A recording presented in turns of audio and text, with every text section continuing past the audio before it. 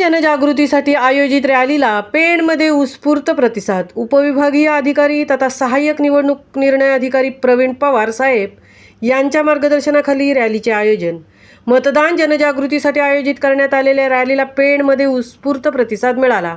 उपविभागीय अधिकारी तथा सहाय्यक निवडणूक निर्णय अधिकारी प्रवीण पवार साहेब यांच्या मार्गदर्शनाखाली या रॅलीचे आयोजन करण्यात आले होते।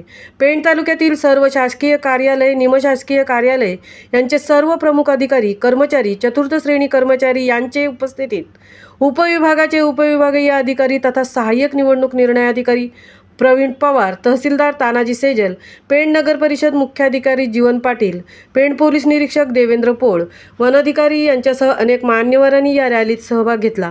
सुधागड रोहा तहसीलमधील सर्व कर्मचारी देखील स्वीप अंतर्गत होणाऱ्या रॅलीमध्ये सहभागी झाले होते।